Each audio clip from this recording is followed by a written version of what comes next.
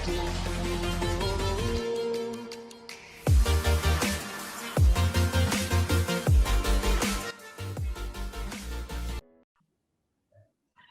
baik. Sebelumnya beta kasih perkenalkan diri sedikit, jadi cukup panggil saja Mus. Oh iya.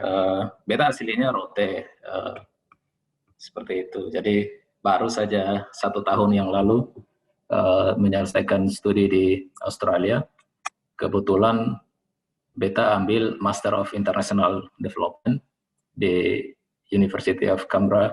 Jadi itu berdasarkan background-nya beta yang selama ini kerja di NGO, LSM, jadi lebih memilih di bidang ilmu international development atau development studies. Seperti itu. Sekarang beta kerja di Hifas di Sumba, base-nya di Waingapu. Kita proyeknya lebih ke renewable energy, seperti itu. Mungkin itu perkenalan singkat. Kalau ada yang mau tanya-tanya nanti sebentar di sesi pertanyaan. Iya, iya. Oke, kelihatannya cukup jelas ya? Iya, ya, jelas. Oke, jadi sebelum kita diskusi panjang lebar atau sebelum teman-teman tanya seperti apa beasiswa ini, kemudian bagaimana mengisi aplikasi dan seterusnya, beta ingin share dulu beberapa tips yang harus benar-benar ini harus diperhatikan kalau betul-betul mau mendapatkan beasiswa AAS. Dan ini juga tidak hanya untuk beasiswa AAS ya, tapi untuk beasiswa-beasiswa lainnya. Yang paling pertama itu harus diawali dengan ini. Pertanyaan, kenapa kita mau belajar ke luar negeri? Gitu. Refleksikan ini, apakah di dalam negeri tidak ada universitas yang bagus, ataukah ada alasan-alasan spesifik kenapa kita perlu studi di luar negeri. Nah, pertama teman-teman harus cari tahu dulu alasan mendasarnya apa, gitu. Misalnya kenapa saya harus pergi studi di sana, kayak gitu. Kemudian apa yang menarik di sana? Istilahnya pertanyaan refleksi ini harus digali dulu. Kemudian apa yang sudah saya lakukan untuk mencapai tujuan ini? Jadi kayak misalnya beta, saya ingin studi ke luar negeri, terus kalau hanya duduk di tempat saja itu ya sama aja, tidak usah mimpi itu karena itu tidak akan pernah terjadi, gitu.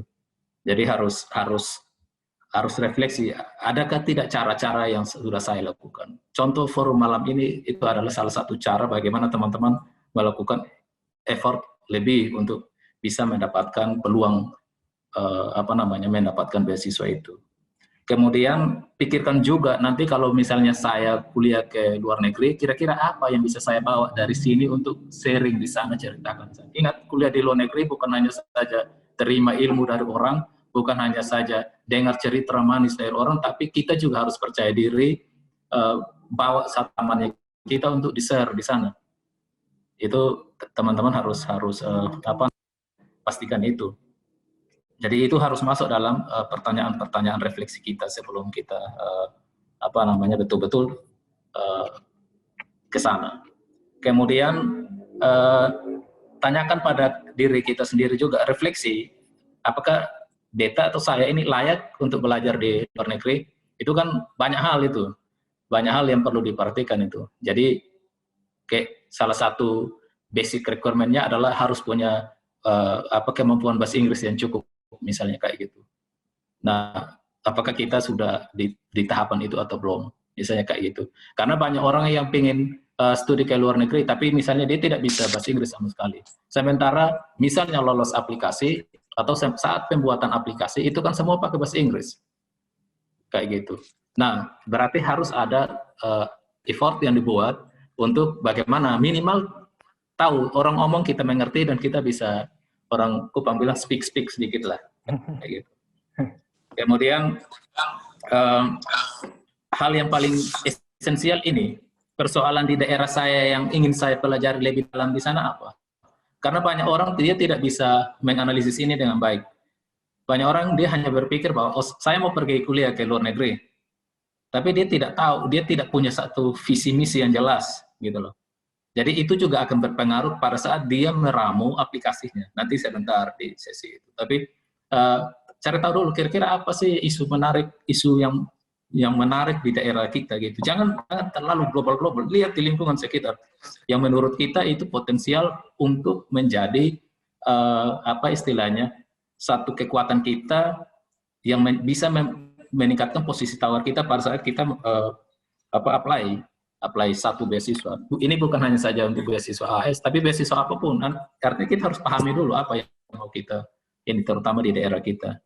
Karena itu kemudian akan mempengaruhi pembelajaran apa yang mau kita cari di sana, kayak gitu. Karena misalnya ini contoh misalnya saya melihat, oh ternyata anak-anak muda di NTT itu tidak semuanya ikut dalam proses pembangunan di desa saya misalnya. Oh, saya ingin cari tahu di sana seperti apa sih proses partisipasi anak muda, misalnya kayak gitu. Bagaimana mereka berkontribusi terhadap pembangunan? Bagaimana sih misalnya Australia youth groupnya itu kok sangat produktif sekali? Apa yang mereka lakukan sih sebenarnya?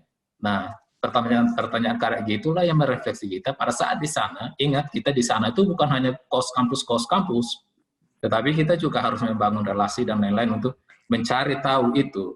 Artinya kalau kita betul-betul mau studi ke luar negeri, berarti kita harus punya satu visi misi studi yang jelas, bukan hanya sekedar mau ikut tren, ada banyak orang yang pergi kuliah di luar negeri, saya juga mau ikut. Tidak bisa hanya sebatas itu. Kemudian yang salah satu yang paling penting di sini juga adalah setelah pulang dari sana, beta mau buat apa? Ini penting sekali. Dan yang perlu dipikirkan adalah kalau teman-teman ingin kuliah ke luar negeri itu harus memulainya dari sekarang. Bukan hanya sekedar tunggu beta pulang kuliah baru beta cari atau beta create sesuatu yang bisa beta bangun di daerah saya. Forum-forum kayak gini misalnya, forum-forum online kayak gini untuk sharing-sharing basis itu adalah part dari bagaimana kita membangun human development-nya gitu. Jadi kayak gini orang jangan pikir ini hal-hal sepele, hal-hal kecil. Justru ini kecil tapi impact-nya besar. Nah kayak gini inilah yang perlu kita siapkan. Jadi misalnya ini bisa jadi embrio pada saat pulang, oh saya ingin buat grup studi anak muda atau grup yang lebih besar lagi bagaimana untuk kayak memicu, mendorong anak-anak muda yang lain untuk bisa studi ke luar negeri. Forum ini kita formalkan, kita buatkan diskusi-diskusi kayak gitu dan seterusnya. Jadi jangan tunggu saya pulang baru saya buat. Tidak juga seperti itu. Tetapi yang paling penting juga pikirkan setelah pulang mau buat apa. Kebanyakan orang juga setelah pergi terus pulang dia bingung tidak tahu mau buat apa. Akhirnya kan bisa dilihat juga banyak juga yang pulang tapi nganggur juga kan gitu. Kecuali kalau dia PNS ya dia bisa dengan sendirinya masuk kembali ke lingkungan PNS. Tapi kalau dia swasta misalnya, dia tidak punya pekerjaan misalnya, akhirnya bingung padahal banyak yang dipelajari di sana dan lain-lain. Intinya harus diawali dulu dengan itu. Kemudian step yang kedua adalah teman-teman harus tahu dulu beasiswa ini tujuannya untuk apa. Kenapa ada beasiswa AS misalnya, kayak gitu. Harus pahami dulu. Di situ teman-teman harus secara teliti cermat lihat apa sih yang menjadi prioritas dari beasiswa ini. Kalau di AS itu ada tiga sub tuh yang jadi prioritas. Perhatikan baik-baik itu 3 sub itu. Ada di dalam istilahnya ya profil saya itu ada di dalam 3 sub itu atau tidak. Kalau tidak ada, apa yang harus saya buat supaya saya memenuhi kriteria ini. Jadi kan ada yang selalu berpikir bahwa kita buru beasiswanya. Tidak. Beasiswa itu yang melihat profilnya kita. Kalau kita buru beasiswanya, kalau kita tidak memenuhi yang dibutuhkan oleh beasiswa, sama aja tidak akan pernah dapat. Gitu loh. Nah, sehingga perhatikan baik-baik prioritas dari beasiswa AS ini apa sih? Terus kira-kira dengan background-nya saya, apa sih yang bisa saya istilahnya serempetkan dengan kemampuan kapasitas yang saya punya untuk bisa melamar beasiswa ini. Kemudian tanyakan juga pada diri kita, adakah usaha yang sudah saya lakukan itu sudah sangat cukup misalnya gitu. Kan ada orang, sekali lagi saya highlight tadi, jadi ada orang yang ingin dapat sesuatu tetapi dia pasif gitu loh. Tidak ada upaya yang dia lakukan, tidak pernah tanya-tanya ke orang yang mungkin sudah pernah mengikuti atau melamar beasiswa itu, atau tidak pernah tanya-tanya ini Karmanan ini bagaimana dan seterusnya. Nah kalau ibaratnya hanya menunggu saja ya tidak akan bisa gitu. Karena ingat bahwa yang bersaing ini bukan 1-2 orang saja, ini banyak, ribuan ini. Tahun kemarin itu ribuan, karena diperpanjang sampai Juni itu ribuan. Banyak sekali Ya, itu. betul, Kak. Sementara yang Banyak.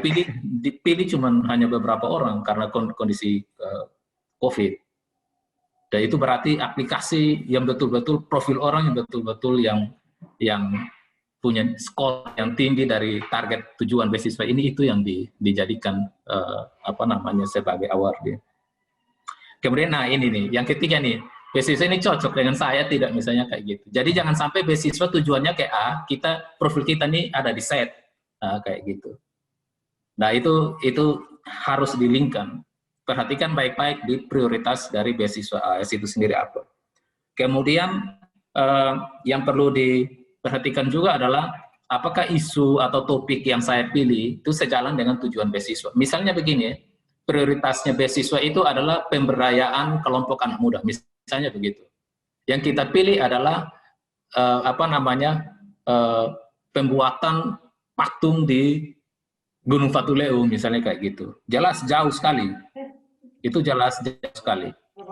Itu jauh sekali, dia tidak connect sedikit pun dengan itu. Nah, oleh karena itu perlu diperhatikan. Nah, selanjutnya yang harus diperhatikan itu adalah apakah tujuan dari beasiswa ini juga sejalan dengan misinya saya, tidak. Jadi itu istilahnya bolak-balik, kita harus lihat dua sisi itu. Kalau itu sudah kita setelah refleksi itu dan ternyata cocok dengan kita, maka nanti renungkan aplikasi sudah. Nah, itu yang kedua. Yang ketiga, pelajari baik-baik persyaratan beasiswa. Ingat, ini sangat penting sekali. Ini bukan hanya sekedar buka itu aplikasi Oasis, terus isi yang diminta, terus sudah submit, selesai. Tidak. Kalau hanya sekedar begitu, semua orang juga bisa. Tetapi juga harus perhatikan baik-baik apa saja persyaratannya yang dibutuhkan. Kemudian kita sendiri juga apakah sudah mempersiapkan itu dengan baik. Jangan pakai istilah membuat diri panik semalam gitu loh. Sudah dekat deadline baru, aduh saya punya KTP belum ada, aduh saya punya KTP belum bahasa Inggris, aduh saya punya akta belum bahasa Inggris, dan lain-lain. Kalau seperti itu, mohon maaf, saya itu harus menunda lagi, tunggu lagi proses tahun depan baru ikut saja. Jadi maksudnya persiapkan, kalau betul-betul mau ini ya harus serius, siapkan itu semua dengan baik. Nah, kemudian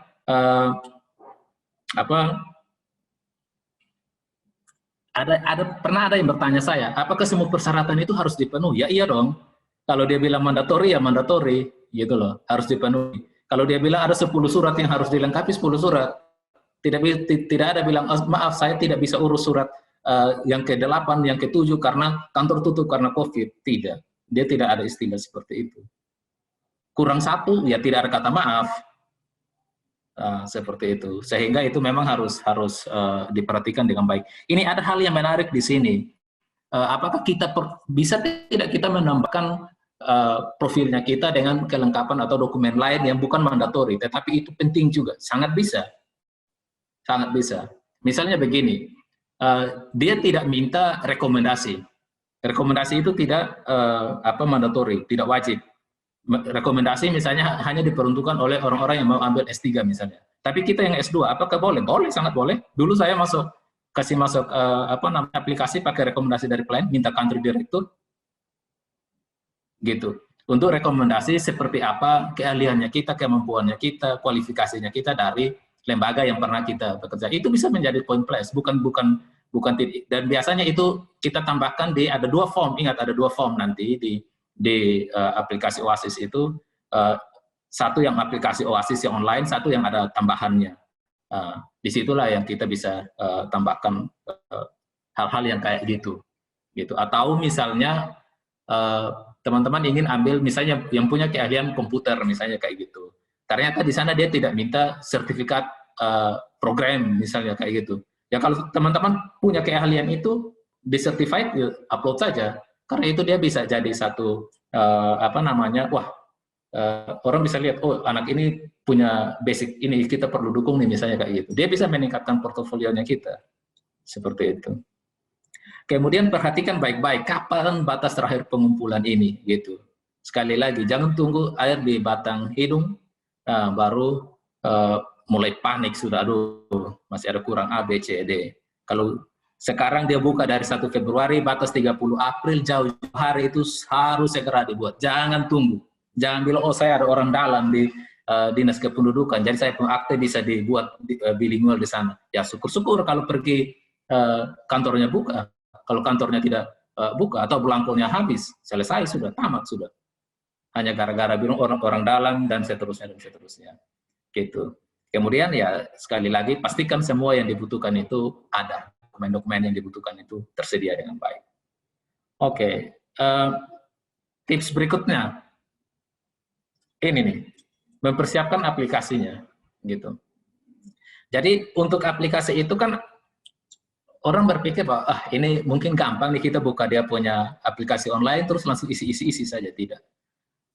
Biasanya itu kan di aplikasi online itu bisa buka, kita bisa download dia punya formatnya sebelum diisi. Jadi dari situ kita bisa pelajari sebenarnya alur dari ini aplikasi seperti apa, interkoneksi antara satu pertanyaan ke pertanyaan yang lain, dari satu halaman ke halaman yang lain itu seperti apa.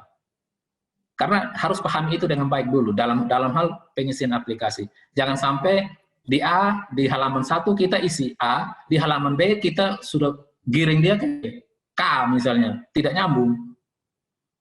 Itu banyak sekali aplikasi teman-teman tuh kayak gitu, tidak nyambung. Jadi di satu dia omong A, di satu dia omong lain, akhirnya yang orang yang mereview aplikasi dia akan, ini anak ini sebenarnya maunya apa sih? Nah, kayak gitu. Jadi kalau betul pastikan harus pahami itu supaya ide dan alur pemikiran kita mengisi aplikasi satu arah konsisten gitu. Kalau kita bilang kita fokus di masalah ini, berarti kita punya diskusi semua argumen semua itu harus ke sana. Jangan sampai keluar dari isu itu. Di situ. Kemudian ya untuk aplikasi itu pastikan semua harus dipenuhi. Nah, ini yang saya bilang tadi itu tadi. Argumen saya itu sudah layak atau tidak? Argumen saya konsisten atau tidak? Kayak gitu.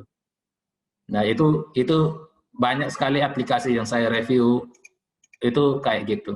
Ada teman-teman yang lolos beberapa tahun yang lalu, 2018, 2019 waktu saya masih di Australia itu banyak yang lolos. Bahkan ada juga yang lolosnya beasiswa AS, ada juga beasiswa yang lain misalnya dari Swedia dan lain-lain. Kayak gitu. Nah, itu saya review banyak yang ada yang tidak konsisten di situ, harus dipastikan mereka punya argumennya. Kalau mau fokus ini ya argumennya harus memperkuat ke sana dan seterusnya. Jangan sampai mau semua, aduh, itu agak repot juga. Seperti itu. Kemudian ini penyakit yang tidak banyak orang lakukan dengan baik. Yang saya tanda di sini. Tidak semua orang lakukan ini dengan baik. Perlu teman-teman harus melakukan riset terhadap jurusan atau universitas yang mau dipilih. Itu harus cari tahu dengan benar. Australia punya banyak universitas di 8 negara bagiannya dia punya ini universitas bagus-bagus. Cek satu persatu. Misalnya mau belajar tentang disaster management, misalnya gitu. Universitas unggulan terkait dengan disaster management itu di Charles Darwin University di Darwin. Nah, cari tahu juga dengan universitas lain, misalnya di kota Melbourne di kota Canberra atau Tasmania, Queensland, Perth, misalnya kayak gitu. Cari tahu. Adelaide misalnya, cari tahu. Ada tidak universitas yang lain di sana juga punya mata kuliah seperti itu atau jurusan S2-nya misalnya seperti itu. Terus mana dari masing-masing universitas itu dari kurs yang ada itu mana apa yang menjadi spesifiknya mereka masing-masing kayak gitu. Kan pasti ada yang punya keunggulannya. Ada yang sifatnya misalnya teori secara umum, ada yang sifatnya dia teori dan ada yang sifatnya mungkin dia hanya basic aja kayak gitu. Ada yang sifatnya dia hanya contolan doang kayak gitu. Nah, itu harus dipelajari. Jadi supaya pada saat teman-teman memilih, karena ada salah satu pertanyaan di aplikasi itu adalah why did you choose misalnya this university? Gitu. Itu kan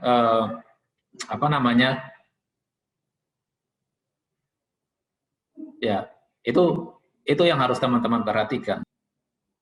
Om Tino, kalau misalnya forum ini dirasa penting ya ke depannya upayakan sampai misalnya link ini di-establish terus, maksudnya forum ini di-establish terus, beli dia atau sewa yang dia punya berbayar dan lain-lain supaya ini sudah bisa jadi satu ini media yang baik kayak gitu.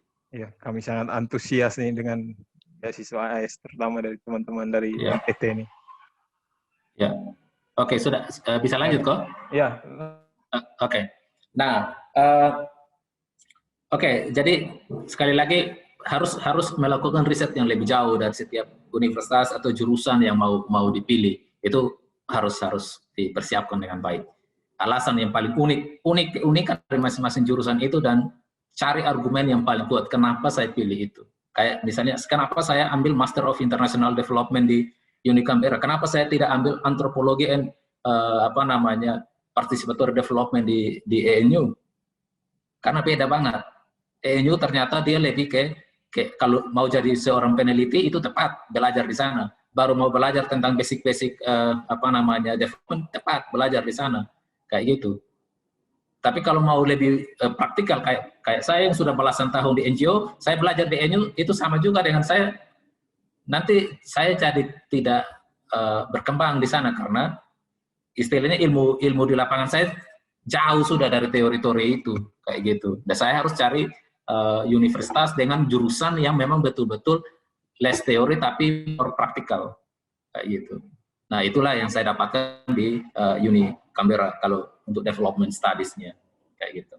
Kemudian dalam hal mempersiapkan aplikasi, jangan lupa minta second opinion dari orang-orang yang, artinya minta orang review aplikasinya kita, argumennya kita, penulisannya kita, itu kan harus ini kan ada orang yang terlalu percaya diri dengan dia punya tidak apa-apa, itu percaya diri juga tidak apa-apa, tapi yang penting pastikan alurnya benar dan argumentasinya juga kuat gitu. Tapi alangkah bagusnya minta pendapat teman-teman atau mungkin orang yang pernah kuliah di jurusan yang sama untuk review aplikasinya, argumennya, supaya bisa mendapatkan istilahnya key message-nya di sana itu bisa betul-betul dikeluarkan kayak gitu, seperti itu. Kemudian ini nih, ini terus terang banyak juga yang saya temukan itu kan ada batasan karakter, itu ada batasan kata gitu. Tapi banyak juga yang kirim datang itu ya terlalu amat sangat general misalnya, tidak spesifik. Sudah tahu itu dibatasi karakter, sudah tahu itu dibatasi kata. Kalau kita tidak langsung terjun pada dia punya isinya, dia terlalu masih mengambang-mengambang, ya aplikasi kita pasti bukan jadi prioritas orang untuk review kayak gitu. Maksudnya pada saat misalnya kita sudah submit, orang bilang dari dia punya heading pertama saja, kalimat pertama saja orang sudah tidak menarik karena masih mengambang-mengambang misalnya gitu. Nah itu harus di ini. Kemudian ini yang di aplikasi itu tadi saya sudah sampaikan. Jadi aplikasi itu ada dua, jangan lupa. Satu yang di Oasis yang nanti kalau bisa ditunjukkan sebentar, itu ada dia punya yang utama, dan juga ada yang satu link tambahan. Sering ada yang lupa isi yang link tambahan itu. Link tambahan itu kan ada dokumen-dokumen yang harus dilengkapi seperti itu. Itu terutama untuk teman-teman yang baru ya. Yang lama juga ada juga yang masih melupakan itu karena banyak yang sudah submit yang itunya, mereka masih WA saya tanya, Kak, yang ini kita perlu isi atau tidak? Ya itu harus diisi. Baca, makanya saya bilang tadi di atas, pelajari baik-baik ini aplikasi. Dia maunya apa? Anda harus isi misalnya aplikasi OAS-nya yang online dan juga yang ada link tambahan itu. Berarti lakukan dua-duanya, jangan hanya satu. Kalau hanya satu ya selamat tinggal, secara administratif itu tidak akan lolos. Gitu. Kemudian, nah ini yang di part pengisian aplikasi online-nya. Jadi ikuti semua step secara satu persatu, lihat dengan baik dan secara teliti. Kadang ada yang lupa tuh, gitu toh. Misalnya begini, ada informasi di sana, contohnya yang misalnya yang berumah tangga, misalnya. Oh, dia sudah tulis nama istrinya, tapi lupa tanggal lahir istrinya, jadi dia biarkan kosong dulu. Misalnya kayak gitu ya. Terus dia isi yang lain, dia pikir sudah oke semua, misalnya. Dia klik submit, ternyata informasi itu tidak ada. Nah, artinya apa? Sebelum submit, cek dulu satu persatu, dari lembar pertama, cek lagi, mana yang saya sudah, kalau harus centang, kalau isi, dan seterusnya. Itu harus di ini. Kemudian, dari tadi saya selalu tekankan ini, bahwa informasi yang kita berikan harus konsisten. Kalau kita mau address isu A, maka argumen kita juga harus mendukung ke isu itu. Jangan kita mau tembak burung pipit, argumen kita mau pelihara gajah. Tidak bisa. Itu tidak, aplikasinya pasti orang akan taruh di tong sampah. Itu sudah pasti. Kemudian ya jangan bertele-tele, langsung pada fokus argumentasinya. Berikutnya adalah ini penyakit kita, banyak orang Indonesia ini, artinya banyak menunda-nunda, pikir oh ini masih sampai April, jadi biar dekat-dekat tanggal 30 April baru saya submit aplikasi. Tidak bisa. Ingat, ini yang isi aplikasi ini online dan ini yang isi banyak. Dan biasanya sistem down, biasanya sistem hang. Jadi kalau misalnya sistem down, misalnya tanggal 30 baru kita submit, misalnya kayak gitu, maka selamat tinggal. Itu kalau sistemnya down, 000/1, tidak bisa submit, tidak bisa lagi. Itu automatically tidak bisa. Jadi mulai dari sekarang itu informasi-informasi basic ya isi memang sudah. Yang tidak perlu argumentasi dan lain-lain itu isi memang, nama apa segala macam isi memang, yang di lembar-lembar pertama pokoknya itu pernah terima beasiswa apa saja di waktu selama kuliah S1 misalnya, isi memang. Isi memang yang kayak gitu. Tinggalkan biasanya yang paling buat orang pusing itu pada saat dia punya supporting statement-nya, biasanya. Yang lain-lain itu kan informasi yang hampir mudah diisi dengan baik, tapi yang di supporting statement itu orang pusing, ini argumen saya sudah kuat atau belum, kayak gitu. Ini sama, ya itu sudah, kemudian pastikan yang dokumen yang wajib itu harus di ini semua, terus ada yang tanya saya ini, Kak, boleh tidak kita kirim yang bahasa Indonesia? Tidak ada yang bilang tidak boleh, boleh. Tetapi kalau bisa kita lakukan sesuatu yang lebih dari itu, kita sudah mengeringkan semua dalam bentuk bahasa Inggris, lebih bagus. Jadi misalnya KTP sudah diterjemahkan ke bahasa Inggris, tanda tangan notaris, yang apa istilahnya, ya yang dihukum itu yang PPATK atau apa istilahnya, saya juga lupa itu, tanda tangan itu semua yang sudah dilegalisir semua, ijazah juga gitu. Ijazah S1 kalau misalnya tidak bilingual masih bahasa Indonesia diterjemahkan ke penerjemah apa istilahnya, SWON itu. Ya, SWON translator. Ya, SWON translator itu jadi tinggal itu sudah langsung upload aja yang bahasa Inggris kayak gitu.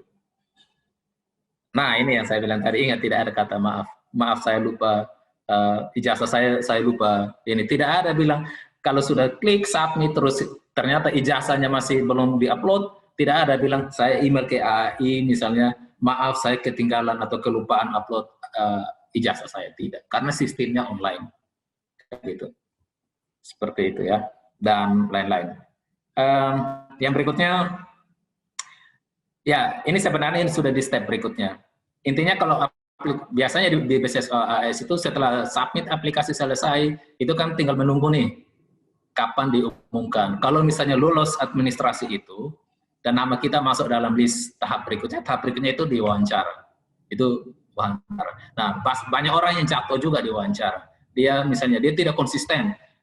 Argumennya dia di aplikasi dengan argumennya dia waktu face to face dengan interviewer tuh dia tidak konsisten. Ditanya kembali tentang dia aplikasi, dia jawabnya keluar dari apa yang dia tulis di aplikasi. Nah, itu banyak orang gagal di situ. Seperti itu.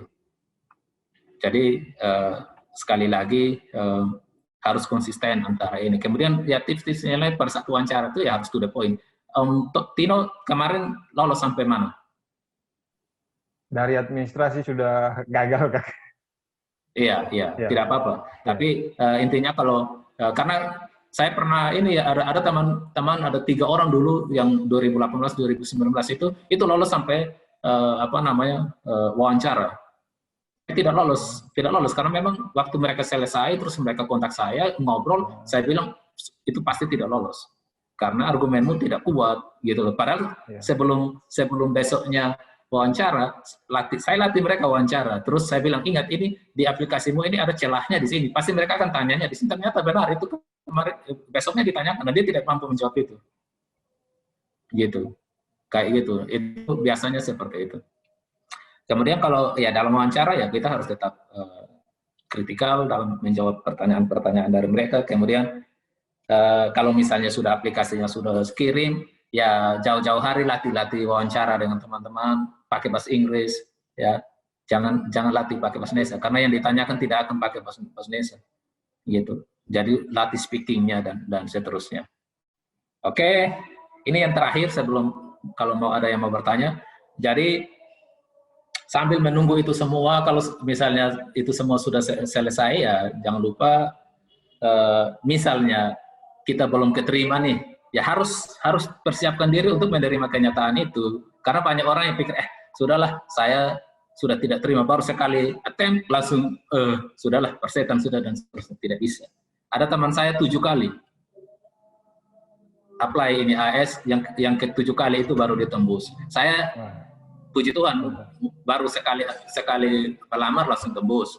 Ya. Tapi ya rezeki orang itu kan masing-masing punya jalannya sendiri-sendiri kayak gitu. Oke. Tapi ya jauh-jauh hari juga harus persiapkan itu semua. Kemudian pelajari kembali. Om Tino, Brigita misalnya yang saya kenal di ini, saya belum lihat semua nama-nama yang ada, tapi cek kembali tuh di aplikasinya, kira-kira apa yang masih kurang sih sebenarnya, atau ada yang perlu saya pertajam lagi, atau ada yang perlu saya perkecil areanya. Jangan sampai yang saya ambil isunya terlalu general atau masih umum atau tidak relevan di daerah misalnya kayak gitu. Karena ada orang yang kadang-kadang begini, misalnya ditanya, apa yang akan kamu lakukan setelah kamu pulang dari sana, dari kuliah misalnya. Oh, saya mau membuat satu peraturan yang bla bla bla misalnya kayak gitu. Pertanyaan sederhananya, lu siapa sih?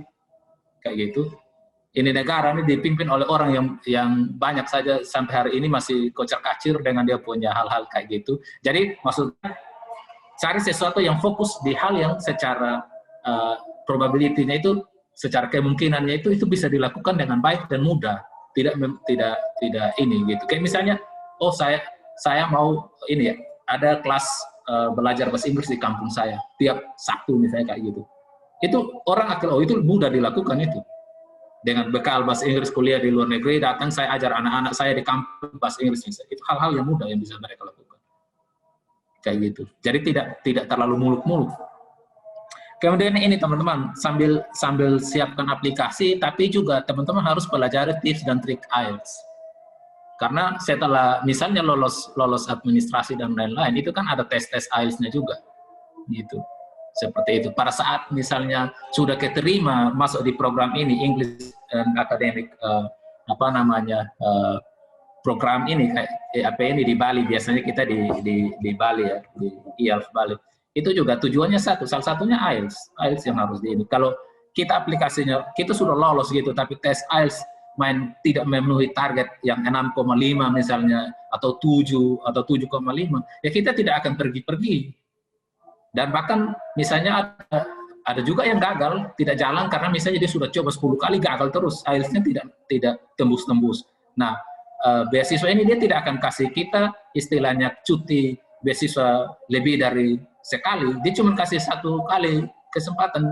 Oke, kita tunda, defer istilahnya. Kita tunda kamu tahun ini, tahun depan, baru kamu tahu ternyata IELTS-nya tidak sanggup lagi, sudah, mohon maaf, kita ganti dari orang lain. Kayak gitu. Itu artinya kita tidak siapkan diri untuk hal-hal kayak gitu. Seperti itu. Kemudian, ya yang lainnya adalah mulai dari sekarang persiapkan dokumen-dokumen lain yang dibutuhkan. Misalnya paspor, kayak gitu ya. Jadi, ada juga, ini kita pergi sekolah ke luar negeri harus ada itu kartu utama itu. Kalau itu tidak ada, mau jalan baru bilang, aduh beta punya paspor belum ada, ini bagaimana sudah nih? Nah, tidak bisa.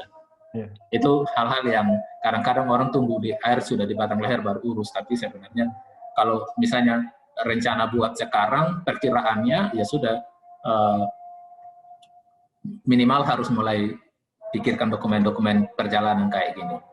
Oke, saya pikir itu dari silakan kalau misalnya ada yang mau bertanya, silakan kita kembalikan ke Om Tino. Oke, Kakak. Terima kasih banyak. Cukup lengkap sekali ini penjelasannya. Jadi mungkin teman-teman sudah terbantu dengan dari apa yang dipresentasi sama Kakak Mus.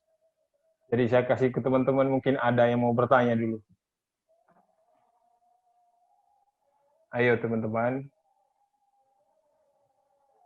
Silakan. Silakan kalau ada Ya. mau bertanya. Lagi ada kesempatan nih ketemu sama Kakak Mus yang sudah ada pengalaman dia.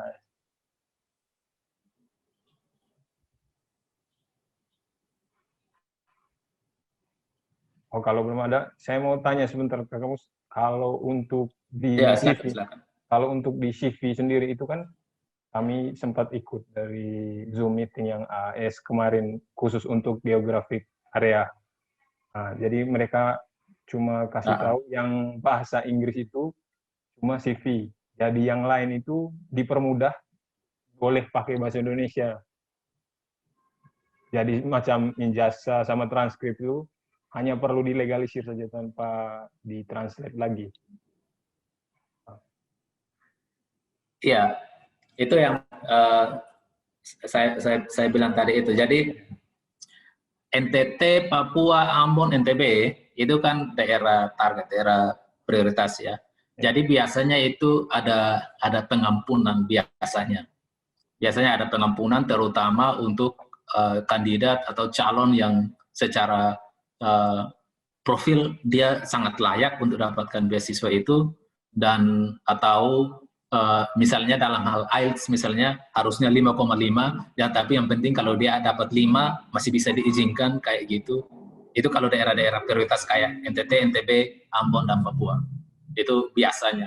Sebenarnya waktu di zamannya kami tahun 2016 itu sebenarnya sudah ada semacam apa istilahnya perencanaan dari AI untuk strict dengan aturannya, misalnya harus 5,5 kayak gitu.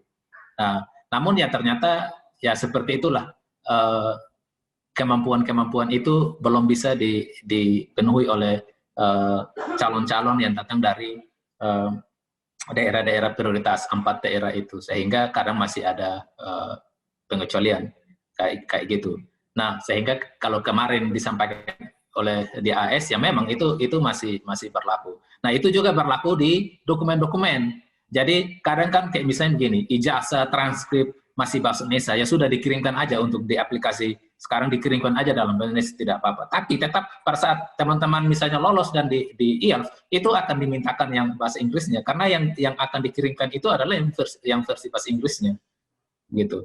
Jadi kalau teman-teman yang lolos sudah kuliah angkatan 2000-an kalau tidak salah ya, itu kan ijazahnya sudah bilingual tuh. Ijazah transkrip kalau tidak salah, saya kurang tahu, tapi dan itu sudah sangat membantu. Itu tidak ada persoalan tuh. Itu sudah amat sangat membantu. Itu bagus. Ada juga yang akta kelahiran yang bisa dibuat bilingual di Dinas Kependudukan. Dulu waktu punya saya itu kan akta kelahiran saya change. Jadi yang lama yang masih bahasa Indonesia saya bawa ke Dinas Pencatatan Sipil, diganti dengan yang bilingual. Jadi akta kelahiran saya bilingual, langsung kayak gitu. Jadi waktu itu yang ijazah saya juga sudah bahasa Inggris, transkrip juga sudah bahasa Inggris, akta juga sudah bahasa Inggris, KTP juga sudah dalam bahasa Inggris. Semua sudah saya kirimkan semua dalam dokumen bahasa Inggris. Bukan tidak boleh kirimkan dalam bahasa Indonesia, bisa. Khusus dokumen-dokumen kayak gitu. Tapi tetap akan ini. Tapi itu yang saya bilang tadi, akan lebih bagus kalau kita sudah mengirimkan dalam bahasa Inggris. Artinya, kalau misalnya saya sebagai penerima, saya sebagai reviewer dari aplikasi teman-teman, saya bisa lihat, oh, ini orang nih, dia punya effort bagus nih. Dia sebelum diminta, dia sudah provide ini semua, artinya dia sudah cukup mencari informasi terkait dengan beasiswa ini dengan baik. Saya simpan dulu dia punya aplikasinya di paling atas dulu. Misalnya kayak gitu. Dan itu kan biasanya secara psikologis itu akan mempengaruhi orang yang melihat administrasinya kita. Seperti itu. Itu juga berlaku dengan CV misalnya. Kalau CV saya memang semua dalam bahasa Inggris, semua tidak ada dalam bahasa Indonesia. Kayak gitu. Jadi karena kebetulan saya kerjanya di NGO internasional, semua CV saya itu dalam bahasa Inggris semua. Nah, jadi sama dengan CV. Kalau misalnya sudah bisa diinggriskan, inggriskan saja, gitu. Tidak harus yang dikasih dalam bahasa Indonesia dan seterusnya. Ya, oke. Seperti itu. Jadi itu yang perlu saya sampaikan ke ini. Ini mudah-mudahan menjawab ya. Ya. Iya, saya lihat ada beberapa pertanyaan di chat nih. Iya. Ya, dari Hera. Iya ya. Pertanyaan pertama dari Hera kalau nggak salah ya. Iya. Hera Tias ini. Kakak, kalau TOEFL dari NTT untuk doktor kalau kurang dari 550 gimana? Nah, ini pertanyaan yang sulit untuk saya jawab sih sebenarnya. Gitu. Karena apalagi ini untuk S3 ya. S3 itu juga agak lebih strict punya penilaiannya dan seterusnya. Saran saya sih kalau misalnya dia bilang minimal 550, sebisa mungkin berupaya belajar TOEFL dengan baik untuk dapatkan 550, sebisa mungkin. Kalau misalnya persyaratannya seperti itu. Kalau katakanlah dia dapatnya 540, 504 ini, boleh-boleh saja dikirim. Kalau saya bukan bilang tidak boleh, boleh-boleh saja dikirim. Siapa tahu, itu yang saya bilang tadi, memang ini sudah jadi rezeki, terus kemudian mereka kasih toleransi, oh ya nggak apa-apa, karena ini kebetulan dari NTT misalnya, nanti juga akan ditingkatkan, tidak apa-apa. Ya, tapi untuk pastinya saya tidak bisa bilang, oh itu tidak apa-apa, karena memang bukan ranah saya untuk melihat itu. Tapi biasanya kalau kayak gini dia akan lebih memastikan kayak gitu, karena biasanya ada juga yang gagal karena kayak gini, kayak misalnya nilainya kurang, mereka lihat oh ada aplikan lain yang nilainya lebih bagus, ya mereka prioritas yang aplikan itu, seperti itu. Mudah-mudahan menjawab ya Hera. Oh, ini ada pertanyaan lagi dari Iin Harum. Iya, Iin Harum. Ya, dari Iin. Kak, kalau mau nanya nih, kalau lulusan Fakultas Ilmu Komunikasi bagusnya ambil master apa? Waktu lanjut. Oke. Ilmu komunikasi. Nah, ini yang saya bilang tadi, kalau Iin ikuti dari awal itu, ini yang saya bilang tadi, passionnya Iin di mana sih sebenarnya gitu. Terus apa sih yang Iin mau pelajari? Misalnya gini, ada masalah dengan branding SMK. Misalnya kayak gini, contoh nih. Ini kalau orang-orang komunikasi misalnya. Sekarang kan pemerintah mendorong untuk SMK ini mereka harus jadi sekolah vokasi yang betul-betul tidak hanya saja menamatkan siswa, tetapi harus jadi orang-orang yang betul-betul setidaknya sudah punya pengalaman, skill, dan siap diterjunkan di industri atau dunia kerja, misalnya kayak gitu. Terus Iin temukan bahwa ternyata dari sisi hal kayak gitu, orang kan selama ini melihat bahwa SMK itu sering condong, misalnya kita ambil NTT, sekolah-sekolah SMK itu condongnya anak-anak nakal semua di sana misalnya. Orang selalu stereotipnya begitu. Terus selalu banyak pengangguran yang datang dari SMK, misalnya kayak gitu. Misalnya kayak gitu. Nah, supaya merubah image ini, apa yang harus dilakukan? Nah, dari ilmu komunikasi misalnya dalam case itu, Iin mau buat apa? Katakanlah misalnya kita temukan bahwa ternyata SMK perlu rebranding dia punya image, misalnya kayak gitu. Dari menggunakan platform digital sekarang di era 4.0 ini, oh itu perlu di ini image-nya. Harus ada kayak gini, promosi kayak gini supaya membuat orang semua menyadari bahwa ternyata SMK sekarang tidak seperti SMK dulu, misalnya kayak gitu. Nah, contoh-contohnya sih kayak gitu. Jadi dari situ kita bisa lihat, oh saya mau ambil di misalnya Master of Communication kah, atau ada biasanya juga di communication itu tentang misalnya branding dan lain-lain, itu semua akan di misalnya communication management misalnya kayak gitu, itu banyak seperti itu. Nah ini kembali lagi ke Iin mau passionnya Iin itu di mana dari sisi ilmu komunikasi, atau misalnya di public relation misalnya, kalau ada kaitannya dengan oh ternyata beta lebih cocok di public relation, carilah master public relation, misalnya kayak gitu. Tetapi ya sekali lagi itu cari tahu isu persoalan apa yang utama, yang kira-kira bisa diangkat untuk membuat Iin pilih bahwa oh saya mau ambil master ini saja kayak gitu. Seperti itu. Waktu wawancara pembahasan seputar dari CV atau gimana? Wawancara ini tidak hanya tentang CV. Wawancara ini lebih banyak kepada aplikasi. Jadi argumen di aplikasinya kita itu yang akan banyak diwawancara. Kebetulan kalau saya dulu, pengalaman saya, itu kebetulan yang ditanyakan itu adalah pengalaman kerja saya. Karena mereka baca CV saya, itu jadinya tidak banyak yang mereka tanyakan tentang aplikasi saya. Jadi mereka baca CV pengalaman saya, langsung si David waktu itu dari Melbourne University, dia langsung bilang, Wilhelm, could you share us about your experience working with NGOs, bla bla bla bla, dan seterusnya. Jadi saya hanya cerita, terus mereka, ini kalau di masyarakat seperti apa, ini seperti apa, terus kalau mungkin saya sebagai orang manajer dulu, pengalaman manajer di lapangan, saya tahu bahwa saya lulus. Karena dari model-model seperti itu adalah model orang yang memang interest dengan kita, dan orang akan taruh kita di list yang paling atas. Dan kenyataannya setelah wawancara, break, terus mereka pergi ke ruang sebelah. Waktu itu kebetulan saya juga kan pernah di ELTA, jadi kebetulan mereka omong dari Ibu Maria Lobo, mereka bilang, wah tadi kami baru wawancara kandidat nama Wilhelm Spagin, orang anaknya keren banget, dia gini-gini, idenya bagus-bagus tuh untuk pembangunan bla bla kayak gitu. Ibu Maria WA saya, gitu. Saya bilang, ya saya bilang terima kasih. Dan dari situ saya sudah yakin 99% beasiswa itu ada di tangan saya. Dari kayak gitu. Jadi mereka kadang tidak hanya saja tanya tentang CV, tapi juga tentang aplikasi. Karena misalnya ada yang bilang begini, oh saya ingin mendirikan LSM setelah pulang. Contoh ya, misalnya mereka merasa bahwa ini tidak, wah ini kayaknya apa istilahnya, planningnya agak muluk nih.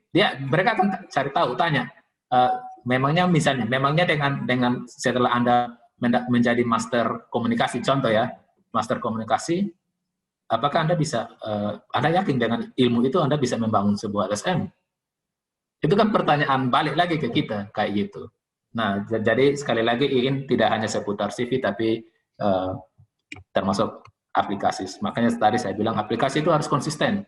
Dan pada saat wawancara harus konsisten antara yang di aplikasi sama pada saat kita sampaikan argumen kita. Oh, tadi putus tadi suaranya. Oke, mudah-mudahan IIN bisa ini. Oh ya, oke. Terus benar Kak, makasih. Masuk. Ya, oke. Oke. Ya. Ada pertanyaan dari Irene nih, Irene Aprilia. Saat wawancara, pertanyaan soal wawasan keindonesiaan ada tidak, Kak? Ya, kalau beasiswa yang lain ini selalu ada. LPDP misalnya, akan disuruh menyanyi, kayak gitu. Kalau di AS itu dia tidak hanya saja tanya tentang keindonesiaan, tetapi apa, kayak misalnya gini, ini yang saya bilang tadi, ketika kita melihat bahwa ada persoalan di daerah kita dan kita ingin dapatkan ilmunya, belajarkan ilmunya di Australia, itu pertanyaannya bukan tentang Indonesia, tapi pertanyaannya why did you choose Australia? Kenapa Australia? Gitu. Kenapa kamu pilih studi di Melbourne Uni misalnya untuk subjek itu, untuk kursus itu?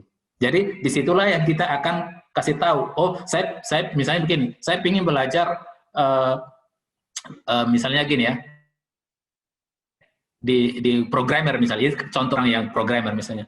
Oh, setelah saya membandingkan universitas di Australia dan di Indonesia bukan tidak bagus, tapi di Australia ada satu universitas misalnya, ini contoh ya misalnya gitu, di universitas ini misalnya itu program yang berkaitan dengan programmer ini keren banget, bagus banget, uniknya dia kayak gini. Nah ini belum ada di Indonesia. Nah, kalau saya dapat ilmu itu saya bisa transfer knowledge-nya, skills-nya di Indonesia. Nah, itu. Jadi dikawinkan kayak gitu. Jadi tidak spesifik tanya, Indonesia itu ada berapa banyak pulau dan lain-lain. Sometimes dorang akan tanya, kadang-kadang ada juga yang spekulasi tanya. Hanya ingin tanya, kamu tahu Indonesia ada berapa provinsi, misalnya kayak gitu. Sometimes, kan biasanya itu kan mereka akan lihat dari profilnya kita sama aplikasinya kita. Dari situ baru mereka akan kembangkan pertanyaan selain pertanyaan inti yang sudah harus mereka tanyakan sebagai pewawancara AS kayak gitu. Nah, biasanya yang wawancara itu 2 orang. Itu minimal itu 2 orang. Satu dari Australia, satu dari Indonesia gitu. Tapi semua pakai bahasa Inggris. Seperti itu. Seperti itu Irene. Oke. Mudah-mudahan bisa menjawab. Kalau ini bisa tanyakan lagi. Oke, Kak, katanya ketika pilih jurusan atau bidang studi itu pilihan pertama dan kedua harus sama, punya core yang sama, apa memang harus seperti itu. Sebenarnya bukan persoalannya di pilihan pertama dan kedua harus punya core yang sama, tetapi di jurusan apa yang mau kita pilih, gitu. Jurusan apa?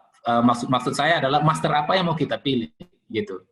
Jadi kalau misalnya saya mau pilih Master Development Studies misalnya kayak gitu, maka saya akan mencari di semua universitas yang ada di Australia yang memprovide Master Development Studies atau yang punya jurusan tentang Development Studies. Contoh yang saya bilang tadi itu. Jadi misalnya di Murdoch University itu dia Development Studies-nya, nah masternya adalah Community Development, kan begitu. Di Flinders University misalnya, dia ada yang berhubungan dengan development studies itu banyak. Kalau orang kesehatan bisa ambil misalnya Master of International Development, IDHN Health apa aku lupa, gitu. Tetapi itu bisa berhubungan dengan development. Atau dia juga punya community development and participatory development like that di Flinders. Di ANU misalnya, dia punya development studies, tetapi bukan Master of Development Studies. Namanya misalnya antropologi participatory development. Kalau di UC, di University of Canberra itu Master of International Development. Kalau di Queensland, misalnya di Brisbane misalnya itu Master of Development Studies. Di Monash University misalnya itu Master of Development Studies Advanced, misalnya kayak gitu. Jadi ada beda. Jadi setiap itu ada beda-bedanya. Jadi pilihan Uni 1 dan Uni 2 itu bukan hanya terkait core yang sama, tapi istilahnya jurusan apa yang mau kita pilih. Jadi kan tidak mungkin misalnya saya mau belajar development studies, saya pilih jurusan pilih Uni 1-nya University of Canberra, terus saya pilih Uni 2-nya misalnya University of Adelaide, misalnya Master of misalnya Health Disease Management misalnya, kan tidak beda jauh itu kayak gitu. Tapi lebih kepada itu. Jadi memang betul dia akan mendukung, tapi lebih cocoknya adalah Maharani, lebih cocoknya adalah master apa atau kurs apa yang mau Maharani pilih, cari kayak gitu. Mudah-mudahan bisa menjawab. Oke, terus dari Master AS. Oke, kakak mau tanya soal pelaku usaha wira sosial. Menurut kakak fokusnya ke penggunaan dan usaha, tapi latar belakang saya kesehatan. Oke, ini Om AS, saya tidak tahu namanya siapa, tapi saya panggil Om AS. Ya. Om AS, saya background-nya peternakan. Ini supaya jadi satu gambaran buat Om AS. Background-nya peternakan. Pengalamannya di Development Studies, ngambilnya Master of International Development. You can see how different is. Ya, jadi terlalu orang peternakan kerja NGO, ambil Master of International Development. Pada saat saya memilih master, tentu saya tidak akan memilih master yang berhubungan dengan peternakan, karena sudah belasan tahun, bahkan 15 tahun saya kerja di NGO. Dari kuliah yang cuma 4 tahun misalnya kayak gitu. Itu dari sisi pengalaman kan sudah jauh. Jadi saya menyesuaikan dengan apa yang menjadi pengalaman saya. Artinya apa? Walaupun Om AS adalah master background-nya orang kesehatan, tetapi kalau mau ambil yang berhubungan dengan ekonomi empowerment, ini saya kasih ini apa istilahnya bocoran info ya. Hal-hal yang berhubungan dengan economic growth dan berhubungan dengan bagaimana pemulihan ekonomi pasca pandemi, itu yang prioritas Om AS. Jadi kalau misalnya mau fokus itu, that's good, gitu. Tapi harus kuat di argumennya. Kan akan ditanya tuh, waktu saya itu sempat ditanya, why you choose like a Master of International Development while your background is belajar tentang livestock, misalnya kayak gitu. Beta bilang, untuk membangun peternakan itu tidak hanya saja dibangun untuk memperbanyak ternaknya. Ada satu masalah besar di NTT itu manusianya, sumber daya manusianya. Orang-orangnya harus dipersiapkan kayak gini. Dan untuk mendapatkan itu ilmu bukan di peternakan, ilmunya ada di development. Make sense? That's good. Make sense. Seperti itu. Kira-kira itu bisa membantu Om AS. Silakan. Itu tidak ada soal. Itu sangat bagus. Oke, Dari Santi. Nanti. Ya, kakak mau tanya untuk goals-nya apa, kita harus kembali berkarir kita masing-masing atau kembali berkarir di Indonesia. Oke, Santi, pada prinsipnya adalah ini adalah beasiswa development kerjasama pemerintah Indonesia dan Australia, gitu ya. Jadi mereka ingin mempersiapkan orang-orang dari negara-negara kayak kita ini untuk menjadi aktor pembangunan di negara kita. Itu pada prinsipnya beasiswa itu. Even kita mau bekerja di daerah kita atau di Indonesia, it doesn't matter. Yang penting kita kembali dan mengabdi kepada bangsa dan negara kita. Intinya itu, 2 tahun harus minimal, harus back to Indonesia, contribute di development dan lain-lain. Seperti itu. Jadi kalau misalnya pertanyaannya harus kembali ke Indonesia dan ini, sekali lagi saya bilang tadi, kita belum secara kapasitas, kita hanya bisa mendorong satu perubahan kecil di komunitasnya. Kita do it, tidak harus di Indonesia. Like I said before, jadi misalnya saya pingin anak-anak di lingkungan saya itu, saya mau buat kelas bahasa Inggris regular every month misalnya kayak gitu. Tidak masalah, justru itu bagus. Artinya, apa yang kita dapatkan ilmunya di luar negeri itu kita aplikasikan di lingkungannya kita. Kayak gitu. Biasanya itu ada di pertanyaan kayak gitu, ada di aplikasi pertanyaan paling terakhir. Apa ya kontribusimu setelah pulang dari sana? Misalnya list 3 yang menurut kita bisa dilakukan. Dan kontribusi ke pembangunan itu ingat, it's not only about like physical gitu ya, tetapi kontribusi lewat tulisan, ide itu juga. Jadi kalau misalnya saya bilang, oh saya akan kontribusi misalnya sharing knowledge atau skills yang saya punya lewat media sosial, media cetak, media online dan bla bla bla. That's fine. Tapi itu yang bisa kita lakukan. Karena dengan orang misalnya melihat opininya kita, melihat ini dan seterusnya, itu tidak, itu lebih bagus kayak gitu. Nah, sehingga saya selalu bilang ke teman-teman, ingat, kuliah ke Australia jangan hanya pergi untuk cari dia punya kesenangan kuliahnya gitu. Misalnya, ini negara baru nih atau negara berkembang jadi ini, tidak. Tetapi selain kesenangan penting, orang bilang belajar keras, tetapi juga harus meliburkan diri untuk hal-hal senang-senang. Iya, that's fine. Itu tidak ada soal untuk hal kayak gitu. Tetapi manfaatkan kesempatan kuliah itu untuk belajar dan membangun jejaring sebanyak mungkin di sana. Cari hal-hal yang mungkin kita belum tahu dan juga sharing hal-hal yang mungkin orang lain tidak tahu kayak gitu. Saya kan kebetulan di Australia itu kan sangat aktif sekali di PPIA, Perhimpunan Pelajar Indonesia Australia.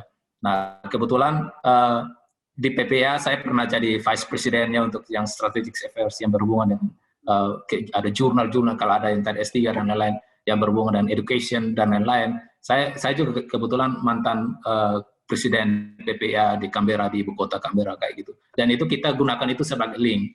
Nah, salah satu benefit dari berorganisasi kayak gitu dan juga kontribusi kita di komunitas, waktu di Canberra itu saya dipilih dari semua penerima beasiswa ASC Canberra untuk speech, untuk memberikan pidato di depan semua penerima beasiswa dan DFED di Australia, di kantor DFED langsung, kayak gitu. Kemudian saya juga diundang untuk sharing knowledge dengan berbagai macam staff dari departemen kayak kementerian yang ada di Australia yang belajar bahasa Indonesia kayak gitu. Jadi sharing dengan mereka kayak gitu.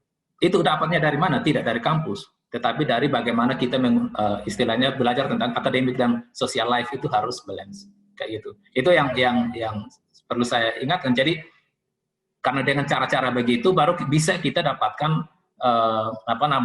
banyak hal pada saat pulang kita bisa kontribusi ke negara kita kayak gitu.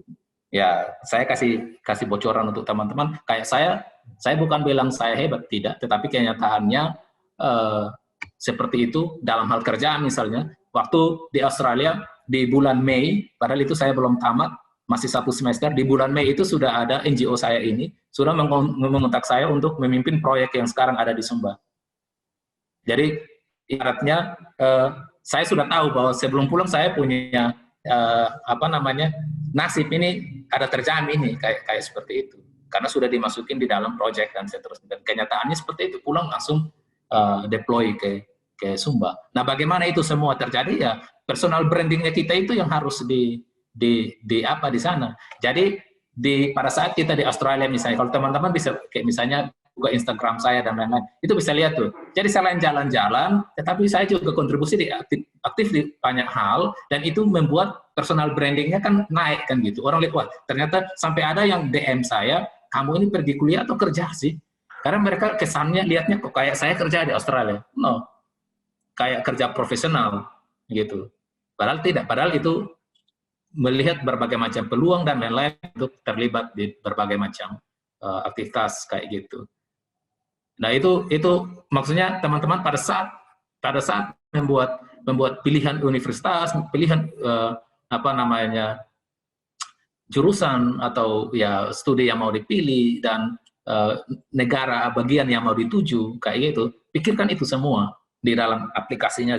Saya pingin begini, kalau di Canva kayak gini, terus kalau ada lihat kayak cari tahu sebanyak mungkin terkait dengan setiap daerahnya, setiap kampusnya, keunikan dari kursus itu seperti apa, supaya aplikasinya itu betul-betul singkat, padat, jelas, tetapi orang, wah ini betul nih, ini anak betul-betul usaha dengan bangsa. Kira-kira gitu. Oke, mudah-mudahan bisa selain Santi, teman-teman yang lain bisa ini Om AS tanya lagi nih, Master MBA. Ini bisnis ya, kalau tidak salah ya Om.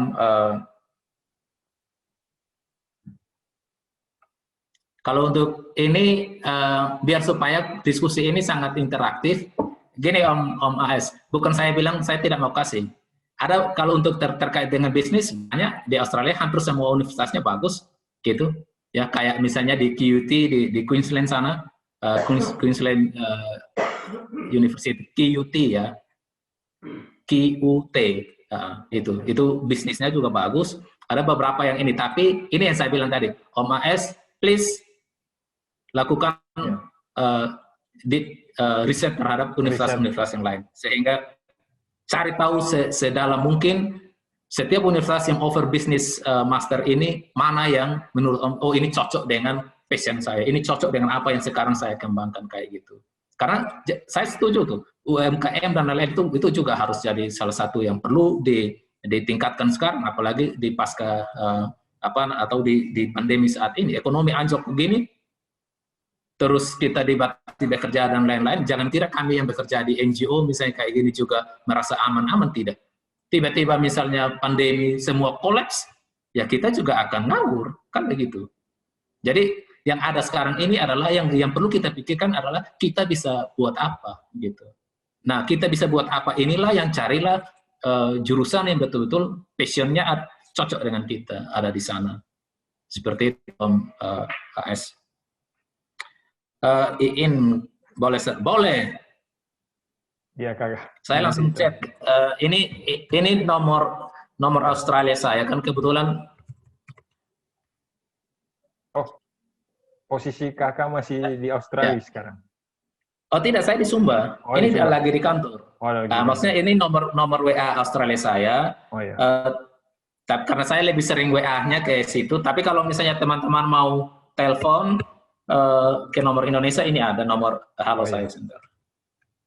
Bisa share juga sama sosial medianya Kakak kalau bisa biar nanti kita boleh.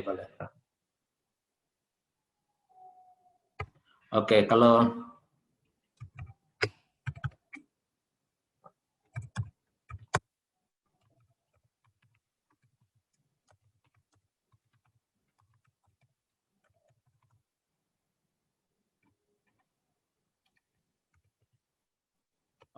jadi kalau mau di Instagram saya punya 2. Sebenarnya saya sekarang baru mau kelola, mau pisahin yang sifatnya general personal dengan yang satunya lebih fokus ke professional branding. Jadi yang wilhelmus.poik itu yang saat ini lebih banyak saya akan fokus di professional brandingnya. Jadi dan itu kebanyakan caption saya tidak akan pakai bahasa Indonesia begitu, maksudnya pakai bahasa Inggris semua. Kalau di Elgras itu memang masih mix, Kalau itu Instagram basicnya saya, jadi masih mix banyak hal. Pokoknya yang berhubungan. Dulu ada yang bercampur itu, ada yang kerja dan lain-lain. Tapi sekarang saya ada pisahin itu. Kayak gitu. Iya, sudah tuh. Saya sudah kirim nomornya. Ini Maharani tanya Sumba mana, Kak? Saya di Sumba Timur, Waingapu. Tapi proyek kita di Sumba Tengah. Jadi kita sering ke Sumba Barat, juga sering ke Sumba Barat Daya. Kalau Sumba Barat hotel penuh ya kami biasanya di Sumba Barat Daya. Kadang-kadang juga kalau misalnya cari malas makan di Sumba Barat Daya, karena Sumba Tengah tidak ada hotel. Jadi kalau misalnya kita malas makan di Sumba Barat Daya, kami pergi makan di Sumba Barat. Di Sumba Barat, malas di situ ya kita pergi makan di Sumba Barat Daya. Wah, kayak makan gitu. saja jauh sekali nih, Kak. Ya, kerja tapi perlu ada refreshing. Iya, betul. Oh iya, Kakak, masih bisa jawab pertanyaan nih, Kakak? Atau Sangat bisa. Saya tidak ini. Pokoknya saya free, saya sudah siapkan waktu malam ini untuk teman-teman. Jadi maksudnya kalau mau tanya silahkan manfaatkan kesempatan ini. Ini kebetulan masih ada dari Santi Paila ini. Dia bilang, ya Santi ada tanya ada proyek apa Kak? Ya, kita di Waingapu tidak ada proyek sekarang. Yang proyek sekarang ini tidak ada. Kantor kita saja yang di Waingapu. Proyeknya kita renewable energy di Sumba Tengah. Tapi HIFOS ini kan dulu proyeknya banyak. Di Waingapu juga, artinya di Sumba Timur juga banyak yang sampai sekarang masih running. Maksudnya proyeknya sudah selesai, tetapi dia punya pengelolaan dan lain-lain itu kan sekarang masih dikelola atau ini oleh teman-teman anak muda yang kita bentuk di proyek kita sebelumnya. Karena sebelum saya studi ke Australia itu kan saya kerja juga di HIFOS sebagai manajer di sini untuk proyek itu, dan setelah itu saya resign terus ke Australia, dan proyek itu sementara masih dikelola oleh PT lokal di sini namanya PT Resco Sumba itu. Jadi itu anak-anak muda semua tuh, anak-anak yang kita ajar, latih mereka terkait dengan renewable energy, bagaimana operational maintenance misalnya untuk PLTS, pembangkit listrik tenaga surya dan lain-lain. Pokoknya hal-hal berhubungan dengan kelistrikan dan lain-lain seperti itu. Jadi kalau proyek yang baru kita ini adanya di Sumba Tengah.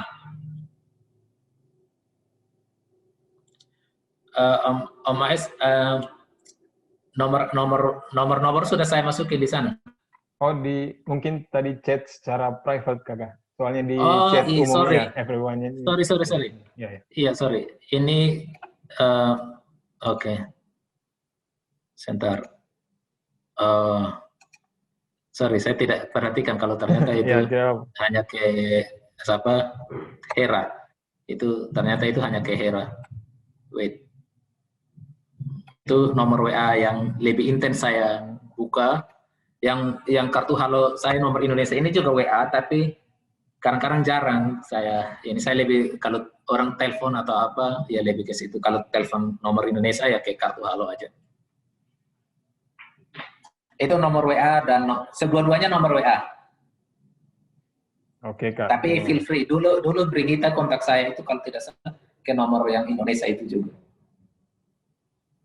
Nanti masih bisa kan, Kak, kalau misalnya setelah ini kami masih ada waktu buat tanya-tanya lagi untuk Kakak.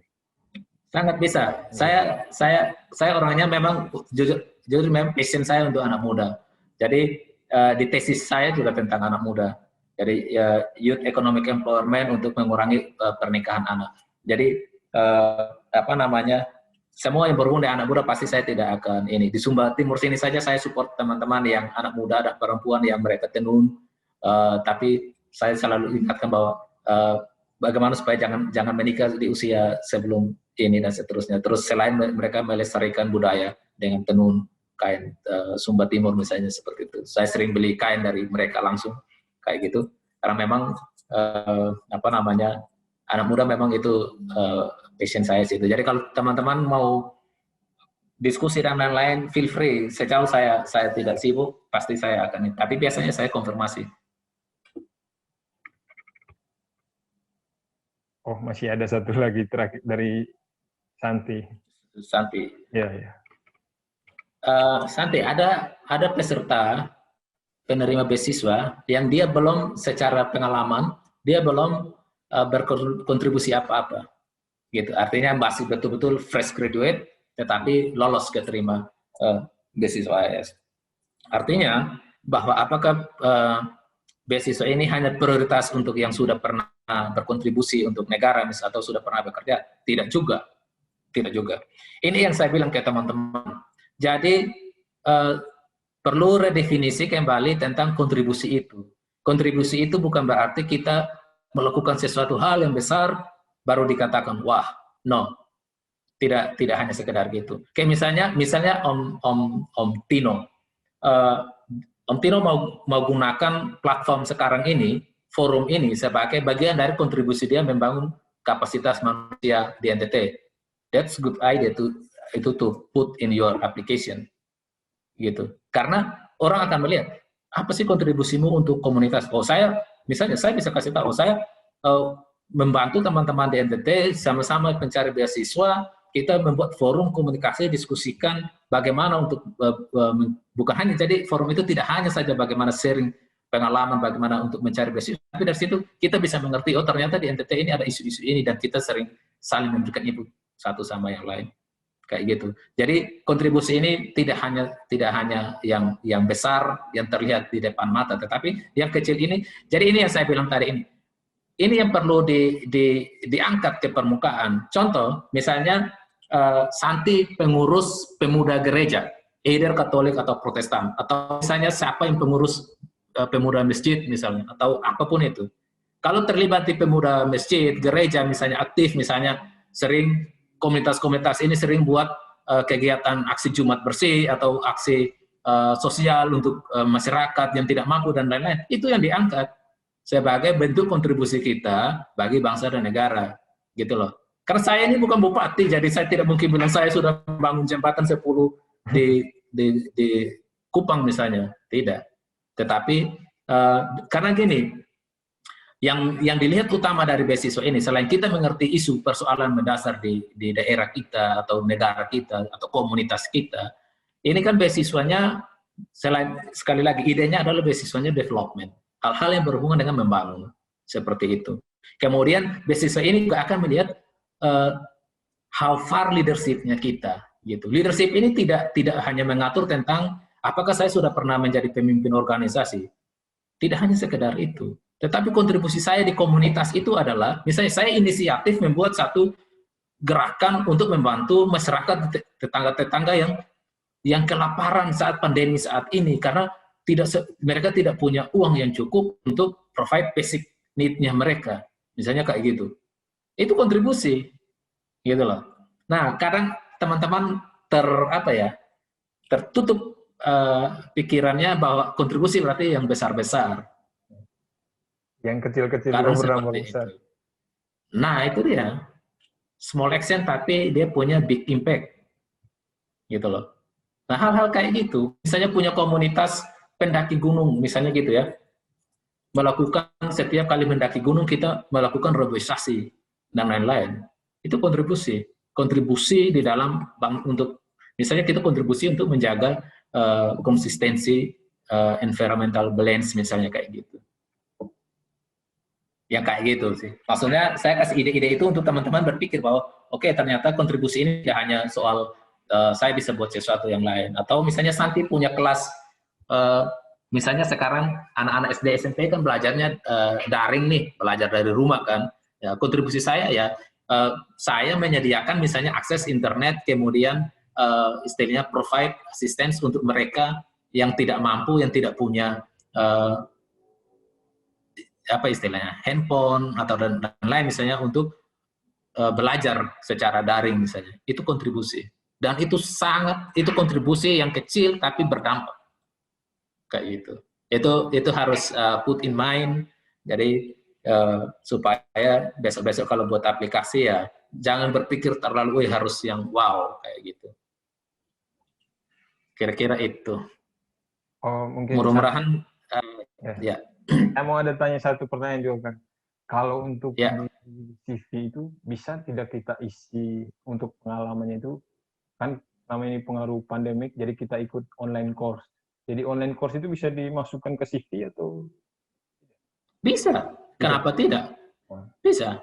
Jadi kan di CV itu kan ada juga misalnya training atau workshop atau kursus yang pernah ikuti, misalnya kayak gitu. Masukin aja. Tidak ada yang teman-teman jangan kira setelah saya pulang dari Australia saya ini sudah dapat sertifikat dari banyak university. Yang online yang ada yang 5 minggu, ada yang 7 minggu, ya kayak gitu. Saya dapat gitu loh. Maksudnya, ketika ada yang berhubungan dengan pandemi saya belajar. Bukan background saya tentang COVID ini, belajar tentang itu, gitu. Belajar ada universitas baik yang di Australia, baik yang di Amerika, baik yang di Inggris, ikut semua, gitu. Itu ada sertifikatnya. Ada beberapa yang ada mungkin sekitar 3 atau 4 yang saya ikut, itu sudah sampai selesai, lolos memang, tapi syarat untuk dapat sertifikatnya harus bayar. Iya, banyak itu yang bayar juga. Itu yang saya tidak lakukan bayaran, tapi sudah asesmennya lolos, gitu. Kayak kemarin di Sydney University, saya ambil yang dia punya kursus yang hampir 6 minggunya itu terkait dengan ethical social media, kayak gitu. Sydney ada dia punya sertifikatnya langsung dari University of Sydney, kayak gitu. Jadi ya dimasukin aja, kayak gitu. Oh, sama ini juga, Kak. Yang misalnya kita pilih universitas, tapi dia prioritas untuk IELTS itu 6,5, tapi jurusannya yang kita tuju tuh memang ada di situ. Tapi IELTS-nya kita itu belum tercapai. Tapi kita harus pilih di universitas yang lain yang sesuai dengan nilai IELTS-nya kita. Tidak masalah. Ya, tidak masalah. Tidak masalah. Intinya gini, orang bilang, jangan menyerah sebelum bertanding, intinya begitu. Misalnya gini, misalnya Om Tino pilih Melbourne Uni, misalnya gitu. Kemudian itu pilihan pertama tuh dengan standar IELTS 6,5 untuk master itu. Carilah alternatif berikutnya di uni yang provide jurusan yang sama, tetapi IELTS-nya mungkin di bawah dari itu. Misalnya pilihan kedua adanya di Perth University misalnya gitu ya. Yang ternyata dia minimal IELTS-nya 6. Tidak apa-apa, itu 2 pilihan uni yang ini, dengan jurusan yang sama nih, artinya, atau ilmu yang sama. Yeah. Nah, jadi pada saat attempt IELTS di Bali misalnya, ternyata tidak dapat 6,5, misalnya gitu, hanya dapatnya 6, terus misalnya Om Tino merasa bahwa, saya ingin coba lagi, attempt lagi IELTS-nya, bisa nggak dapat yang 6,5 untuk di Melbourne Uni misalnya, dan ternyata tetap 6, ya sudah, jangan putus asa, pilihlah yang di Perth, gitu loh, yang pilih pada saat ditanya mana yang prioritas, ditanya dari AI, Perth, sehingga sesuai dengan IELTS yang kita punya, mereka kirim hasil itu ke Perth University, terus nanti tinggal tunggu, sudah dapat, kalau dapat suratnya, pergilah belajar. Nah, ada satu tips yang saya mau kasih ke teman-teman nih, ini maksudnya gini, kadang-kadang ada orang yang ada orang yang pingin sekali cari top uni di university yang paling terbaik di Australia. Di Australia itu ada 8 university yang terbaik, ya, ada top 8. Kalau university yang saya kuliah di University of Canberra, dia urutan ke-10 di Australia. Jadi dia 10 besar. Tapi ada 8 yang terbaik di sana. Nah, biasanya 8 yang terbaik itu dia standarnya memang tinggi semua. Biasanya, gitu. Tinggi semua. Tapi apa kalau yakin dengan kemampuan bahasa Inggrisnya dan menguasai teknik IELTS, tidak masalah. Itu tidak ada soal dari itu. Tetapi tips sederhana saya begini, untuk S2, untuk bisa mencapai kesempatan belajar di Australia, jangan mempersulit diri dari sini sebelum terjun langsung ke Australia. Intinya begitu. Jadi kalau misalnya ada university yang ternyata jurusannya sama, IELTS-nya misalnya dikasih dengan 6, kenapa harus pilih yang 6,5, misalnya kayak gitu. Idenya adalah, gunakan kesempatan ini dulu, pergi ke sana, misalnya lolos, keterima, kuliah, pergi ke sana, gunakan kesempatan, improve your English di sana, gitu toh, kemampuan berbicara, analytical, dan lain-lain, improve di sana, nanti pada saat kalau mau ambil S3, baru fokuslah di uni yang menurut kita paling top yang kita ingin cari. Karena 2 tahun loh, misalnya kita ambil kesempatan 2 tahun. kesempatan tuh, jangan sia-siakan kesempatan itu. Jadi tipsnya sederhananya gitu sih. Yang penting kesempatan kuliah dulu. S2 ini ibaratnya trial and error ya, ibaratnya kayak gitu. Kita yang penting lolos karena saya kasih tahu ya, tidak ada bilang Universitas di Australia itu tidak bagus. Tidak ada yang bilang seperti itu. Semua standar pendidikannya sama. Yang membedakan mereka perankingan itu kan cuma di masalah riset. Ada beberapa kriteria lain, tapi salah satunya kan di riset kayak gitu. Tetapi setiap universitas di Australia itu punya keunikan sendiri, punya kelebihan sendiri, dan itu tidak ada di universitas lain. Contoh, di Townsville itu ada apa istilahnya? Aduh, lupa. Teman saya ambil yang perikanan, universitinya di sana. Hal-hal yang berhubungan dengan perikanan paling terbaik di sana, di ujung sana, dengan Tasmania misalnya kayak gitu. Perikanan misalnya mau belajar di Unimelp, tidak. Unimelp kan tidak sebagus yang ada di sana misalnya. Kalau Unimelp misalnya kesehatannya bagus banget gitu loh. Jadi masing-masing itu punya flag jurusan yang berbeda-beda. Kayak University of Canberra, Master of International Development itu master yang paling favorit, master yang paling bagus, misalnya salah satunya. Kayak gitu. Jadi kalau mau cari Master Development Studies yang teorinya tidak terlalu banyak, lebih banyak praktikalnya, paling bagus di Australia itu ya, saya sudah lakukan riset itu paling bagusnya di University of Canberra. Kayak gitu, khusus untuk kalau teman-teman mau atau yang punya pengalaman terjun kerja di NGO. Kayak gitu Om Tino dan teman-teman. Artinya semua university itu punya keunggulan masing-masing gitu. Punya keunggulan masing-masing. Kayak misalnya kita mau belajar IT. Tidak semua uni punya IT yang bagus gitu loh. Ada uni-uni tertentu uninya kecil misalnya. Misalnya Victoria University kecil. Maksudnya uninya namanya tidak sebesar Monash misalnya kayak gitu, tapi dia untuk IT misalnya itu paling bagus di Australia. Nah, kayak gitu. Maksudnya itu yang saya bilang tadi. Harus lakukan deep research tentang topik jurusan yang mau kita pilih seperti itu. Terima kasih banyak Kakak. Wah, sangat menginspirasi ini malam. Mungkin dari teman-teman masih ada lagi yang mau bertanya? Silakan kalau ada yang masih mau bertanya.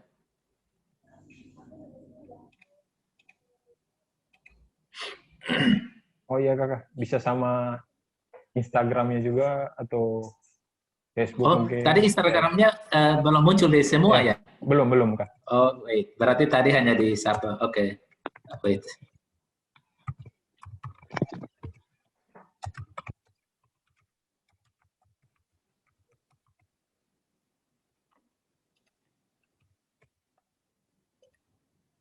Oke, jadi itu yang saya bilang tadi, yang El Gracia itu lebih ke personal, ada mix sih sebenarnya, tapi setelah pulang dari Australia, saya putuskan untuk buat lagi satu yang Wilhelmus.org itu khusus untuk yang profesionalnya, jadi hal-hal yang berhubungan dengan pekerjaan, yang lain-lain, semua di situ, tapi lebih banyak dalam bahasa Inggris.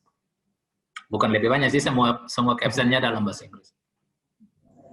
Oke. Sudah di-follow Kakak. Terima kasih banyak.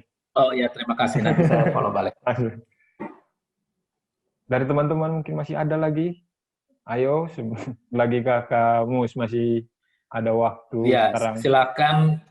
Silakan ini. Kemudian mungkin ada yang malu-malu, apakah saya bisa bantu review aplikasi nanti dan lain-lain. Sangat bersedia. Saya sangat bersedia. Yang penting pertama tidak dikasih di akhir-akhir bulan, maksudnya sudah mau dekat-dekat penutupan baru kasih kayak gitu. Jadi harus kasih jauh-jauh hari. Kalau sudah ada kasar-kasarnya ya ini. Terus kalau atau teman-teman misalnya sudah pengisian dan seterusnya ingin lebih spesifik terkait dengan pengisian atau argumentasi untuk supporting statement pun boleh gitu. Jadi kita boleh buat lagi pertemuan kapan gitu, tapi setelah semua sudah pada tahapan ini kami lagi di tahapan sudah penyusunan argumen nih di supporting statement. Nah, kira-kira pertanyaan ini baiknya kita jawabnya seperti apa, pertanyaan ini baiknya itu boleh buat lagi satu sesi untuk Jadi saya bisa share tips-tipsnya seperti apa khusus untuk pengisian supporting statement-nya kayak itu. Ya, berarti untuk mungkin ada sesi berikut nanti kakak masih ada waktu kan, jadi kami bisa ajak lagi teman-teman mungkin yang belum bisa Iya. join hari ini, nanti bisa gabung lagi.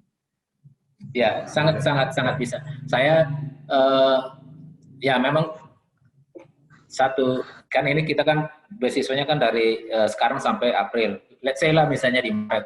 Di Maret mungkin kita akan ada pekerjaan lapangan dan lain-lain, tapi tidak apa-apa. As long as kasih tahu jauh-jauh hari kapan rencananya, jangan misalnya besok mau meeting baru hari ini kasih tahu, karena saya juga harus misalnya ada tidak pekerjaan saya misalnya kayak gitu, supaya biar saya kasih tahu, oh saya punya waktu free-nya di sini misalnya, kayak hari Sabtu kayak gini kan free banget gitu. Tetapi pada saat misalnya proyek kita turun ke lapangan, bisa saja ada juga hari Sabtu yang kami turun lapangan dan lain-lain kayak gitu. Jadi supaya biar dapat waktu yang enak, free, dan saya juga dalam hal kayak memberikan input ke teman-teman kayak gini tidak terburu-buru gitu. Betul. Apalagi kalau sudah bicara tentang di aplikasi itu agak repot. Jadi setidaknya kan ini basicnya gitu loh, informasi teman-teman untuk persiapkan diri semua. Kalau sudah mau maju tahapan yang salah satu tahapan paling krusial, saya anggap untuk cari university-nya, cari jurusannya, cari persoalannya, kemudian cari siapkan dokumen, itu saya anggap itu pekerjaan yang memang harus wajib teman-teman siapkan. Nah, salah satu yang paling krusial itu adalah di penulisan supporting statement. Itu banyak yang biasanya fail di situ. Banyak yang biasanya gagal membuat supporting statement yang kompetitif di sana kayak gitu. Nah, itu bisa kita buat pertemuan kayak gini untuk bisa sharing kalau misalnya tidak ketemu face to face kan seperti itu. Ya, betul, terus betul. Bisa untuk hal terkait dengan supporting statement itu yang saya bilang tadi, kirim saja ke saya, bisa saya bantu review kalau misalnya sudah oke. Yang penting jangan dalam bentuk bulky yang dalam artian begini, kakak ini masih dalam bahasa Indonesia nanti tolong diterjemahkan. No, you have to do something more than that gitu loh. Yeah. Artinya apapun bahasa Inggrisnya. Ada teman saya lebih strict lagi, dia tidak mau terima kalau secara gramarnya kocar-kacir, but there is no me, not I am. Jadi maksudnya kalau misalnya kirim aja gitu, nanti saya akan bantu revisi. Oh ini penulisannya kayak gini. Jadi kalau misalnya saya tanya, ini maksudnya seperti ini kah? Jadi saya akan revisi. Kayak tante saya kemarin juga menyelesaikan S2-nya di Bali, baru saja orang kesehatan. Itu dia kirim datang bulky satu kali yang bahasa Indonesianya untuk tesisnya, kemudian yang manuskripnya itu semua kirim saya yang translate kasih untuk dia daftar wisuda baru-baru. Kayak gitu. Ya itu bisa dimengerti karena kakak kan tidak punya effort tante tidak punya effort untuk studi ke luar negeri. Ini teman-teman yang kalau pingin studi ke luar negeri harus do like I am the winner, gitu loh. Harus lakukan sesuatu yang memang saya kayak gitu, jangan bilang biar ada orang yang bisa bantu, tidak, karena pada saat kuliah di sana itu kan betul-betul ya selain kita bisa diskusi kerja kelompok, kerja dengan teman-teman, tapi kompetitifnya ada di diri kita pada saat kita kuliah, jadi harus membiasakan diri seperti itu. Oke. Ini ada tanya lagi dari Om Yes. Kamu mau tanya lagi nih terkait rekomendasi apa kita buat sendiri? Ini Om As, ini maksudnya rekomendasi apa dulu?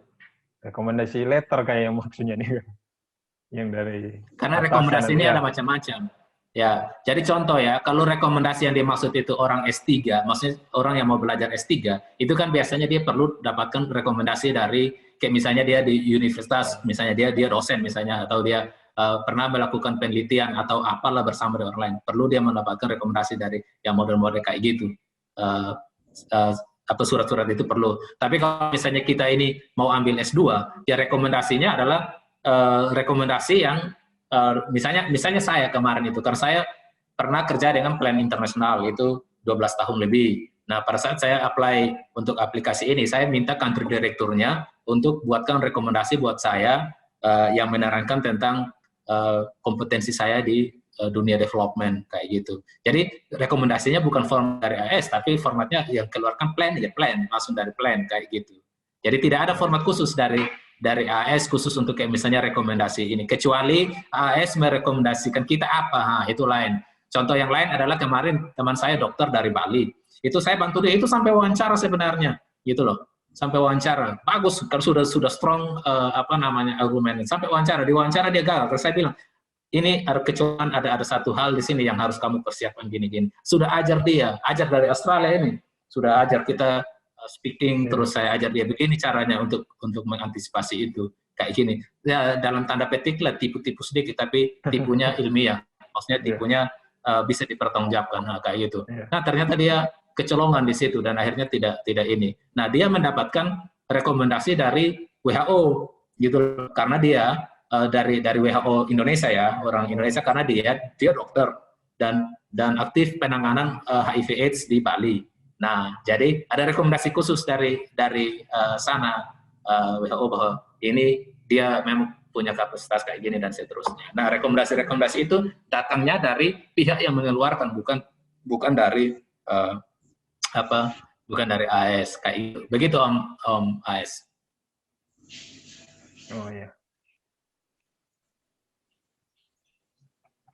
Teman-teman masih ada lagi? Mau tanya? Mus masih bersedia untuk ini. Iya, saya masih aman kok. Lagi ada waktu nih, waktu perdana saja kamu sudah kasih informasi banyak sekali nih. Dan sangat bermanfaat buat kami, Kakak. Ya, begitulah. Kita harus membantu satu dengan yang lain. Ayo, teman-teman. Mungkin kalau ya Kakak mungkin ada wejangan terakhir untuk menutup. Ya, kalau wejangan sih ini saya cuma titip pesan. Pertama gini, teman-teman ini bola ada di tangan teman-teman, ibaratnya begitu ya. Jadi jangan biarkan hal-hal yang berhubungan dengan masa depan begini ini bergantung dengan kapan orang datang bawa bola itu untuk kita tendang kasih gol. Jangan. Tetapi berlarilah kemanapun itu, yang penting cari itu bola kayak gitu. Jadi kalau misalnya dari beberapa refleksi yang saya share dari awal tadi, kalau misalnya ada yang masih belum saya lakukan dengan baik, nah itu tingkatkan supaya istilahnya apa yang diharapkan itu bisa terwujud. Teman-teman, ini saya kasih kisi-kisi ya. Saya ini sebenarnya dapat beasiswa tahun 2005. Itu dapat beasiswa. Waktu itu kalau ada yang kuliah di Undana, itu om saya, Pak Martin Mulik itu om saya. Jadi itu dia punya proyek dengan Australia, terus saya di hire sebagai asisten peneliti gitu, kayak gitu di proyek itu. Dengan salah satu benefitnya adalah beasiswa. Jadi saya bisa keluar, bisa studi dari proyek itu untuk S2-nya saya waktu itu yang berhubungan dengan peternakan. Tapi waktu itu saya kan kerja di plant. Jadi waktu dipanggil saya tidak ada.